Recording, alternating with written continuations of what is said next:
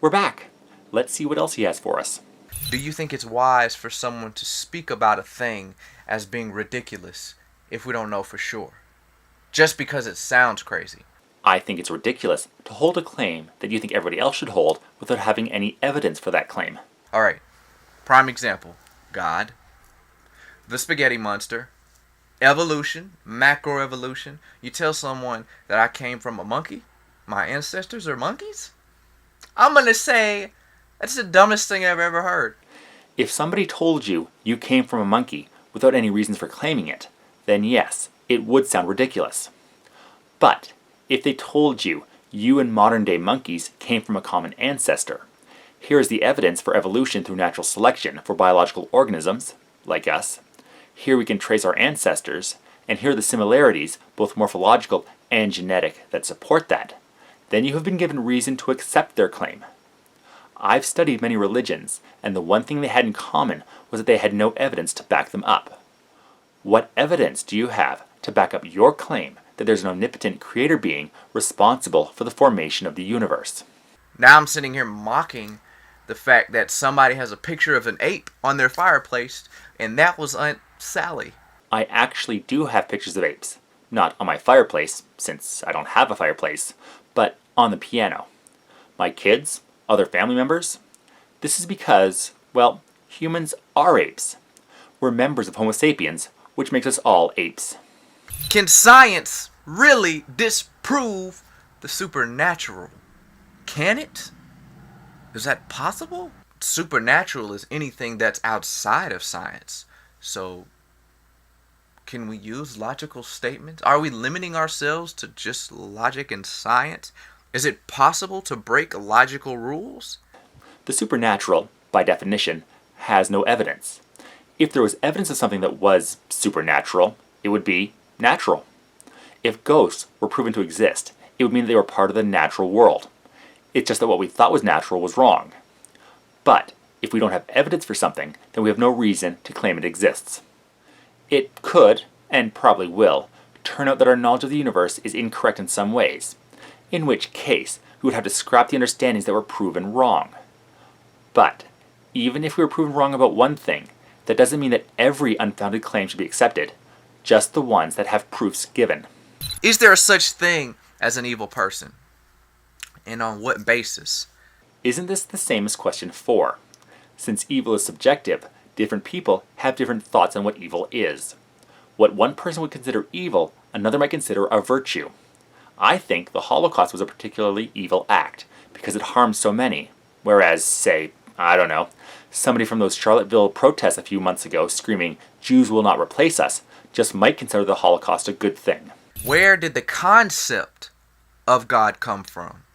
Where did that idea come from? Because I'm a person that believes every lie comes from a certain amount of truth. I don't think you can get a lie without first having the truth. Spider-Man comes from a spider and a man put together. If you don't have a spider, there's no way you can even imagine a Spider-Man. So that's my point in stating that. First off, why do you claim that every lie comes from the truth?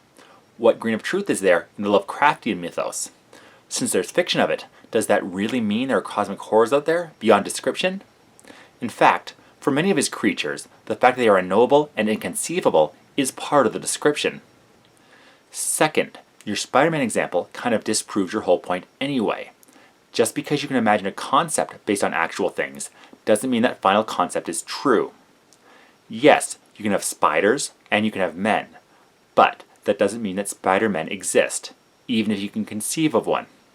The concept of God, I feel, came from the train of thought that we create things, the world is a thing, so it must have been created by somebody.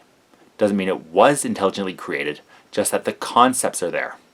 Just to be clear, I believe that if you have a supernatural idea, then it has to come from something that at one point was supernatural. Even if I'm exaggerating it to be Superman or Green Lantern or whatever, I feel like it has to come from, first of all, something that was supernatural in the beginning. Yes, you can take an idea from a real thing, but that doesn't mean that any extrapolation of that thing is true. People can see the world around them. see that some things have been made by other people, and come to the conclusion that the world is made by something like a person, but much more powerful. The first two were both truths, but the conclusion they come to doesn't hold since there is no evidence for it. And last question. People have probably heard this before, but I just haven't really got a direct answer for it. What evidence would you need in order to believe in God? With questions like this, like the burden of proof, the burden of evidence is on the one making the claim. I like to use the example of the sun and astronomical spectroscopy. If someone had come to me and said, the sun is mainly made of hydrogen, my response would be along the lines of, fine, what evidence do you have for that? If they came back with, well, what evidence do you need? It would be fair of me to dismiss their claim, since they are not providing me with anything to prove their hypothesis. If they instead respond with, if we put the light from the sun through a prism, the blocked areas on the spectrum correspond to the blocked areas caused by hydrogen atoms, then I would have a reason to accept their claim. What evidence can you provide to support your claim there is an omnipotent deity? Do you know something about your God that I don't that would prove its existence? I don't even know what your God is, so I wouldn't know what evidence to look for. What is God in your mind, and what evidence do you have to support the existence that corresponds to that definition? What evidence? Because if you see something, you're probably going to say, that's a hallucination. I'm hallucinating. Yes, sometimes just observing the world will give us the wrong answer.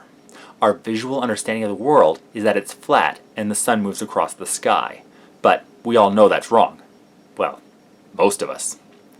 Our minds are tricked by our position in the world and our scale relative to it. It can be shown through other evidence that the earth is rounded. Evidence can refine our understanding of the world. So, what evidence can you bring to your argument for the existence of God?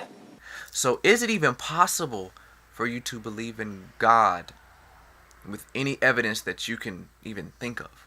Is that even possible? So you really have to understand, are you really limiting yourself? I can accept the claim there's an omnipotent being that created the universe if there's evidence for that claim. If you have that evidence, please present it. If I'm wrong about something, I would love to be given the evidence to change my mind. I try not to limit myself, but I have never come across any information that points to the existence of any deity, let alone yours, so I have no reason to accept the claims, yet. In the past, I've said that an omniscient being would know the evidence to sufficiently prove itself to me, and that an omnipotent one would be able to provide it. Since no evidence has been forthcoming, I'm leaning on there not being one. Hey Timmy, you looking at me, boy? You looking at me, brother? You better not. You better not be looking at me. Yeah. Okay. Anyway, those were my answers. Hope they were helpful and cleared up any thoughts for you.